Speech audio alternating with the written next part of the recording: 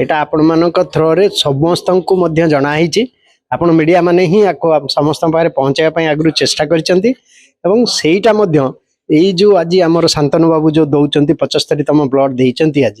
सी सेईटा मध्य ये करिया को चाहुचंती जे रक्त देले कोनोसी क्षति हुए नाही एवं जी गोटे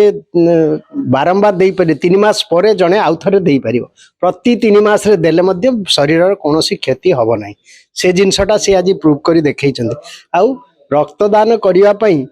कम वेट आम इम्पोर्टाट कम वेट वाला दे पारे ना किंतु जो मैंने नॉर्मल वेट अच्छा से वेट रे केबे कौनसी कमिजीव ना कि क्षति हम ना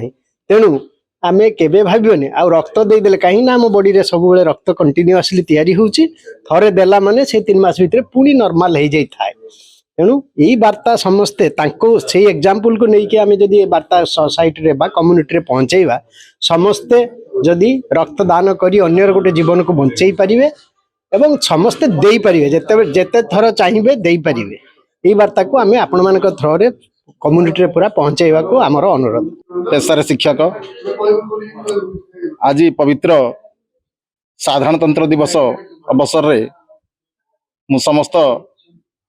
युवा समाज को अभिनंदन जनाऊँगी आज दिवस रे मु तालचेर ब्लड बैंक ठारे 75तम रक्तदान करिछि। आज दिवसटा आम गोटे गर्व गौरवर दिन आज दिवस रक्तदान करी मु निजकू अत्यधिक खुशी आनंद मन करुछि यह मो पाई एक माइलस्टोन मु युववर्ग को आज दिवस अवसर रे अनुरोध करुछि आह्वान मो दउछि कौन प्रकार भय शंका न करी नियमित 3 मास व्यवधान रे रक्तदान करंतु रक्तर अभाव दूर करियारे सहायक होंतु सुस्थ समाज गठन करंतु। सर आज जो शिक्षक जी शांतनु साहू 74तम रक्तदान शिविर टाउन भाव उत्साहित तो मत शांतनु बाबू आज ब्लड देवे बोली मते इनवाइट कराइला देखिया पे तांकर एटा होची 75तम माने रक्तदान से भी बहुत सुस्थ अनुभव करछंती एवं गोटे मेसेज भी दौरान जेते थर ब्लड देले भी मु दुर्बल हो नाई एवं तांकर वेट भी आम जहाँ चाहू वेट कादो माने से 90 रही पाखापाखि